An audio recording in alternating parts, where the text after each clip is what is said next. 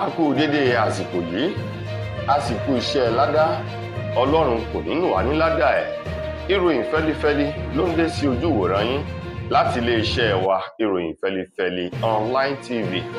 Fúnmi Adénúgà ló níròyìn. Síwájú kẹ́ ẹ tó gbọ́ ẹ̀kúnrẹ́rẹ́ ìròyìn ọ̀hún, ẹ jẹ́ ká dé òkè lọ́hùn-ún, à ń padà bọ̀ wá.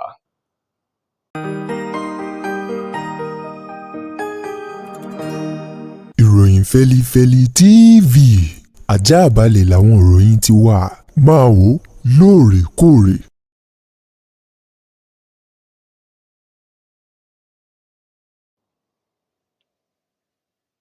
Ẹ káàbọ̀ padà, ìròyìn rèé lẹ́kùnrẹ́rẹ́.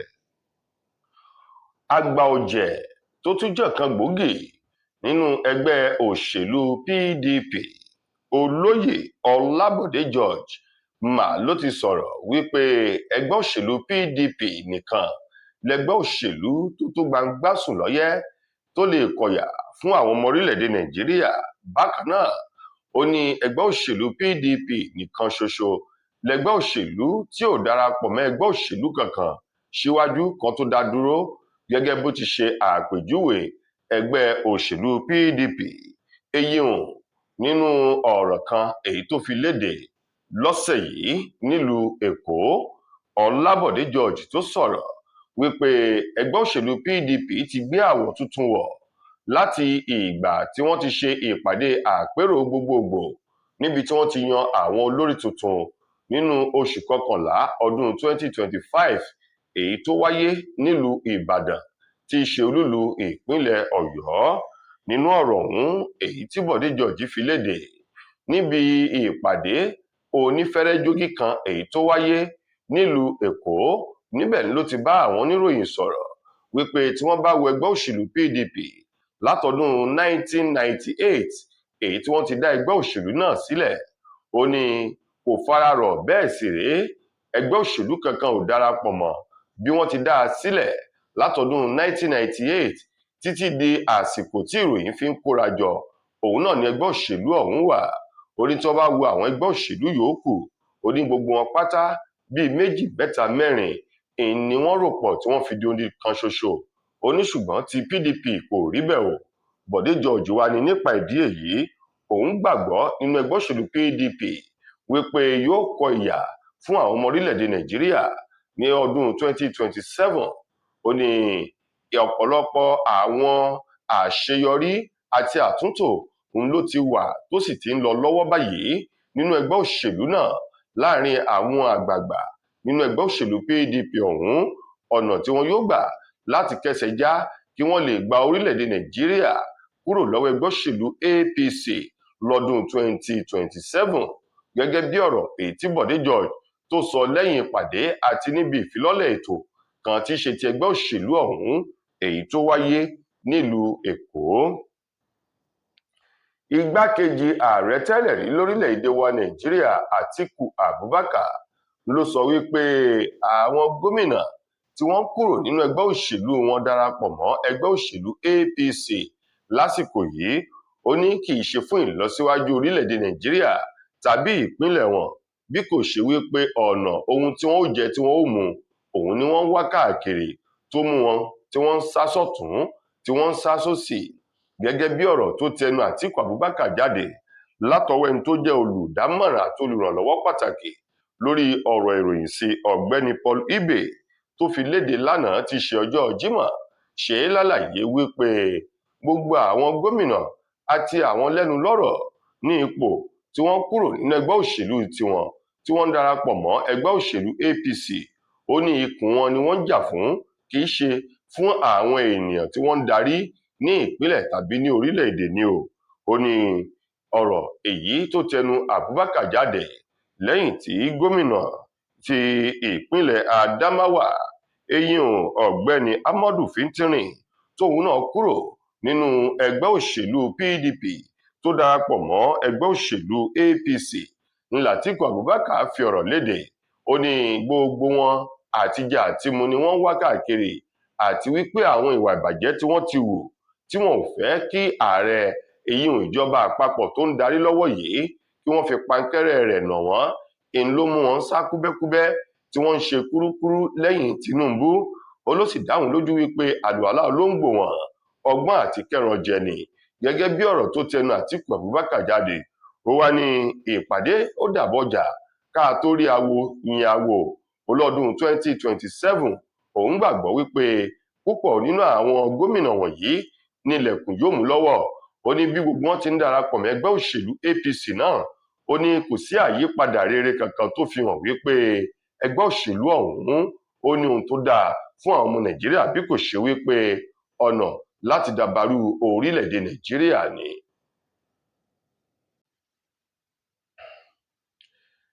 Àgbà ọ̀jẹ̀ kan nínú ẹgbẹ́ òṣèlú African Democratic Congress ADC tó ti fìgbà kan jẹ́ alága tẹ́lẹ̀ rí fún ẹgbẹ́ òṣèlú All Progressives Congress APC, ọ̀gbẹ́ni John Odigi Oyegun Ohunma ló ti fi ọ̀rọ̀ ìwúrí àti àtìlẹ́yìn rẹ̀ hàn síta báyìí lórí ìpinnu ẹni tí í ṣe alákòóso tẹ́lẹ̀ rí fún ìgbòkègbodò ọ̀rọ̀ ọkọ̀ ojú pópó lórílẹ̀‐èdè wa Nàìjíríà Rotimi Amechi, èyí tó sọ wípé òun nífẹ̀ẹ́ láti díje dupò ààrẹ nínú ẹgbẹ́ òṣèlú African Democratic Congress ADC lọ́dún 2027.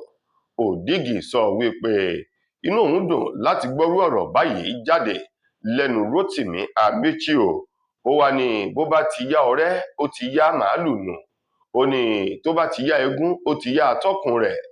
Lórí ìpinnu Rotimi Amechi, John Odigi Oyegun sọ wípé ẹgbẹ́ òṣèlú ADC ti ṣetán láti ṣe àtìlẹ́yìn fún Rotimi Amechi níwọ̀n gbà tó jẹ́ wípé ó ti fẹnu rẹ̀ sọ èròǹgbà rẹ̀ síwájú ọdún 2027. Gẹ́gẹ́ bí Oyegun ti sọ, ó ní láti rí ènìyàn tó jáde lápá gúúsù ilẹ̀ yìí nínú ẹgbẹ́ òṣèlú ọ̀hún fi hàn lótìtọ́ àti lódodo wípé ẹgbẹ́ òṣèlú ADC àwọn náà ti ní ògbónágbòǹgbò ọmọ oyè èyí tó lè gbójú àgàn ètò ìbò wo ààrẹ tí ń bẹ lórí àléfà lọ́wọ́ yìí. Gẹ́gẹ́ bí John Oyegun ti sọ di mímọ̀, ó ní inú òun dùn pẹ̀lú ìgboyà èyí tí Rotimi Amechi tó ní o. Ó ní ká ní ẹlòmíín ni yóò máa pa kúbẹ́kúbẹ́ kò ní sọ èròǹgbà rẹ̀. Ó ní ṣùgbọ́n Rotimi Amechi ti sọ èròǹgbà rẹ̀ jáde. Ó ní kì í ṣe wípé ó sọ lásán o, ó sọ níbi ìpàdé kan èyí tí àwọn àgbààgbà nínú ẹgbẹ́ òṣèlú ADC tí wọ́n wà níbẹ̀ ló ti sọ jáde tí oníkálukú sì pàtẹ́wọ́ pẹ̀lú wípé bó bá ti yá àwọn náà ti ṣetán láti ṣe àtìlẹ́yìn fún un. Ó ló sì dáhùn lójú wípé lọ́dún 2027 ẹgbẹ́ òṣèlú ADC wọn yóò rí ibi tó dáa láti dúró sí ní ipò ìjọba àpapọ̀ ilẹ̀ yìí. Gómìnà ìpínlẹ̀ Edo Monday Ekpeholo ló ti sọ wípé bí ààrẹ Tinubu kò bá já ewélúborí lọ́dún 2027 òun yóò kọ ìwé fipò sílẹ̀ gẹ́gẹ́ bí gómìnà ìpínlẹ̀ Edo. Ekpeholo tó sọ ọ̀rọ̀ yìí lọ́jọ́ Jímọ̀ ọ̀sẹ̀ èyí tí a wà nínú rẹ̀ tó tẹnubẹ́pọ̀ yìí lórí ilé-iṣẹ́ amóhùnmáwòrán kan tí í ṣe ti African Independent Television AIT, níbi tí wọ́n ti ń fi ọ̀rọ̀ wá lẹ́nu wò ló ti tẹnu bọ̀rọ̀ wípé àlàbá yìí ni ó fojú oko hàn ní ìgbà tó jẹ́ wípé àwọn àkànṣe iṣẹ́ èyí tí ètò ìṣèjọba àwọn tó gùn lé ní ìpínlẹ̀ Edo ti fi hàn wípé ẹgbẹ́ òṣèlú APC nìkan lẹgbẹ́ òṣèlú tó lè mú orílẹ̀-èdè Nàìjíríà tẹ̀síwájú nínú ìṣerere àtohun tó dáa. Ó ní gbogbo iṣẹ́ náà ó ní kò ṣẹ̀yìn ààrẹ Bọ́lá Ahmed Tinubu látàrí àtìlẹ́yìn èyí tí Tinubu ń ṣe fún àwọn ìpínlẹ̀ pàápàá jù fún ìpínlẹ̀ Edo ló mú òun ṣe ọ̀pọ̀lọpọ̀ àwọn àkànṣe iṣẹ́ àṣeyọrí ọ̀hún. Ó ní nípa ìdí èyí láì sọ̀rọ̀ láì polongo, ó ní ohun kan ṣoṣo tí àwọn olùgbé ìpínlẹ̀ Edo tí wọ́n lè fi hàn pẹ̀lú ẹ̀mí ìmoore sí òun náà ni wípé kí wọ́n dìbò fún ààrẹ Bọ́lá Tinubu lọ́dún 2027. Ó ní bí wọ́n bá ṣe èyí inú òun yóò dùn ayọ̀ òun yóò kún. Lótìtọ́ lódodo ló fi hàn wípé wọ́n rí iṣẹ́ takuntakun èyí tí ètò ìṣèjọba àwọn tó ń ṣe o.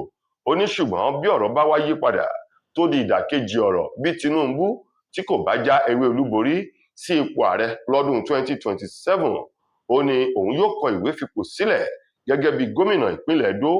Làwọn ọ̀rọ̀ tó ti ẹnu Ekpeholo tẹnu rẹ̀ jáde nígbà tí wọ́n fi ọ̀rọ̀ wá lẹ́nu wò lórí ètò ọ̀hún. Lákòótán nínú ìròyìn wa fún ti tòní, ọ̀kan nínú àwọn tí ń jà fún ẹ̀tọ́ ọmọnìyàn léyìí tó tún sọ̀rọ̀ lórí ìkànnì ayélujára, Martins Oche tí gbogbo èèyàn mọ̀ sí Very Dark Man mà ló ti pariwo sí ìta báyìí wípé àwọn ènìyàn kan wọ́n ń dẹdẹ ẹ̀mí òun, wọ́n ń ṣọ́ òun káàkiri, bẹ́ẹ̀ ni wọ́n ń tẹ̀lé òun tọ̀sán tòru láti gba ẹ̀mí lẹ́nu òun, tóun sì mọ̀ wípé ọmọ ààrẹ ilẹ̀ wa Nàìjíríà Ṣèyí Tinubu lẹni tó ń bẹ nínú ẹ̀kú tí wọ́n ń pè ní eégún o ló ń lépa ẹ̀mí òun. Very Dark Man tó fi ẹ̀sùn kan ọmọ ààrẹ ilẹ̀ wa Nàìjíríà Olúwaṣèyí Tinubu wípé Ṣèyí Tinubu ń lé òun káàkiri láti pa òun lórí ọ̀rọ̀ kan èyí tóun sọ. Bẹ́ẹ̀ bá gbàgbé, Very Dark Man ló pe àkíyèsí ọ̀kan nínú àwọn ènìyàn tóun náà tó jẹ́ ajàfẹ́tọ̀ọ́ ènìyàn, King Michie, lórí owó kan èyí tí wọ́n ní Ṣèyí Tinubu fún King Michie tó sì fi ṣe àtúnṣe àwọn ilé ẹ̀kọ́ ìjọba kan láàrin ọjọ́ 6 tí wọ́n ní wọ́n fi kọ́ àwọn yàrá ìkẹ́kọ̀ọ́ ọ̀hún. Èyí tí Very Dark Man ń pe àkíyèsí iṣẹ́ àjàǹbàkù èyí tí wọ́n ní King Michie ó ṣe, wípé owó èyí tó ná kó máa bọ̀ kó wá ṣe ìṣirò rẹ̀ fún gbogbo ayé lórí owó tí Ṣèyí Tinubu fún wípé kó fi ṣe àtúnṣe àwọn yàrá ìkẹ́kọ̀ọ́ ọ̀hún. Wọ́n sì ní àwọn yàrá ìkẹ́kọ̀ọ́ náà ni wọn ò lo àwọn èròjà èyí tó dáa, wípé ẹgẹrẹmìtì kú ni o, láìpẹ́ láì jìnnà kíní ọ̀hún yóò dàwó lulẹ̀, ṣùgbọ́n kó má ṣe jàǹbá fún àwọn akẹ́kọ̀ọ́ tó bá ń bẹ nínú yàrá ìkẹ́kọ̀ọ́ ọ̀hún. Àwọn ohun tí Very Dark Man tó fẹnu sọ rèé o. Láti ìgbà yìí ń ló ní Ṣèyí Tinubu ó ń dọdẹ láti pa òun lórí àwọn ènìyàn tí wọ́n rán tí wọ́n ń dúnkokò ikú mọ́ òun káàkiri. Nípa ìdí èyí, Very Dark Man ní bí nǹkan bá ṣe òun kí àwọn ọmọ orílẹ̀-èdè Nàìjíríà kí wọ́n di Ṣèyí Tinubu mú ní ṣòkòtò gbọ̀ngbọ̀n, nítorí wípé òun gangan lẹni tí ń lépa láti pa òun lórí òtítọ́ ọ̀rọ̀ èyí tó tẹnu òun jáde lórí àwọn owó èyí tí wọ́n ń ná bí àpà káàkiri tí ò sì sí àkọsílẹ̀ àti ìṣirò fún owó ọ̀hún. Tó ẹ̀yin ènìyàn wa, ìròyìn wa kò ní jù báyìí lọ fún ti tòní. Títí di ìgbà míì tẹ́ láǹfààní láti gbọ́ tòrò míì nílé iṣẹ́ wa. Mo gbà á ní àdúrà wípé ilé ò ní lé wa, ọ̀nà ò ní nà wá. Fúnmi Adénúgà lẹni tó mú ròyìn wá sí ojú ìwòran yín. Ẹ ṣeun fún ìfẹ́ tẹ́ ẹ ní sí wa. Ire o.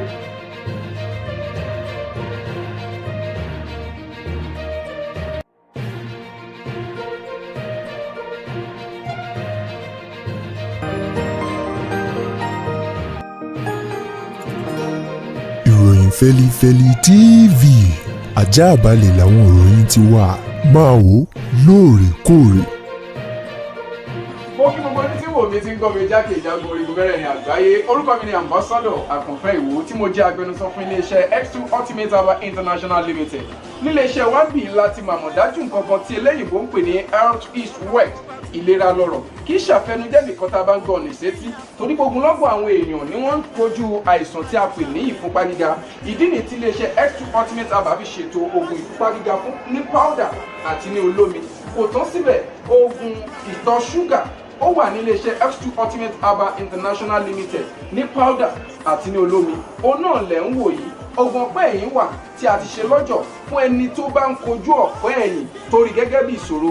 Iléeṣẹ́ wa níbí ní oògùn ẹ̀ tó lè bá wọn tán rẹ̀ lójú ọgbọ́n. Bákan náà, ogunlọ́gọ̀ àwọn èèyàn ni wọ́n jẹ́ oníbìísí tí wọ́n ti rora wọn pín wípé Ọlọ́run ò lè ṣe, ṣùgbọ́n tó jẹ́ pé àìsàn kan sómìíràn ní kọjú ọmọ bíbí wọn. Ó wà ní iléeṣẹ́ X2 Herbal International Limited.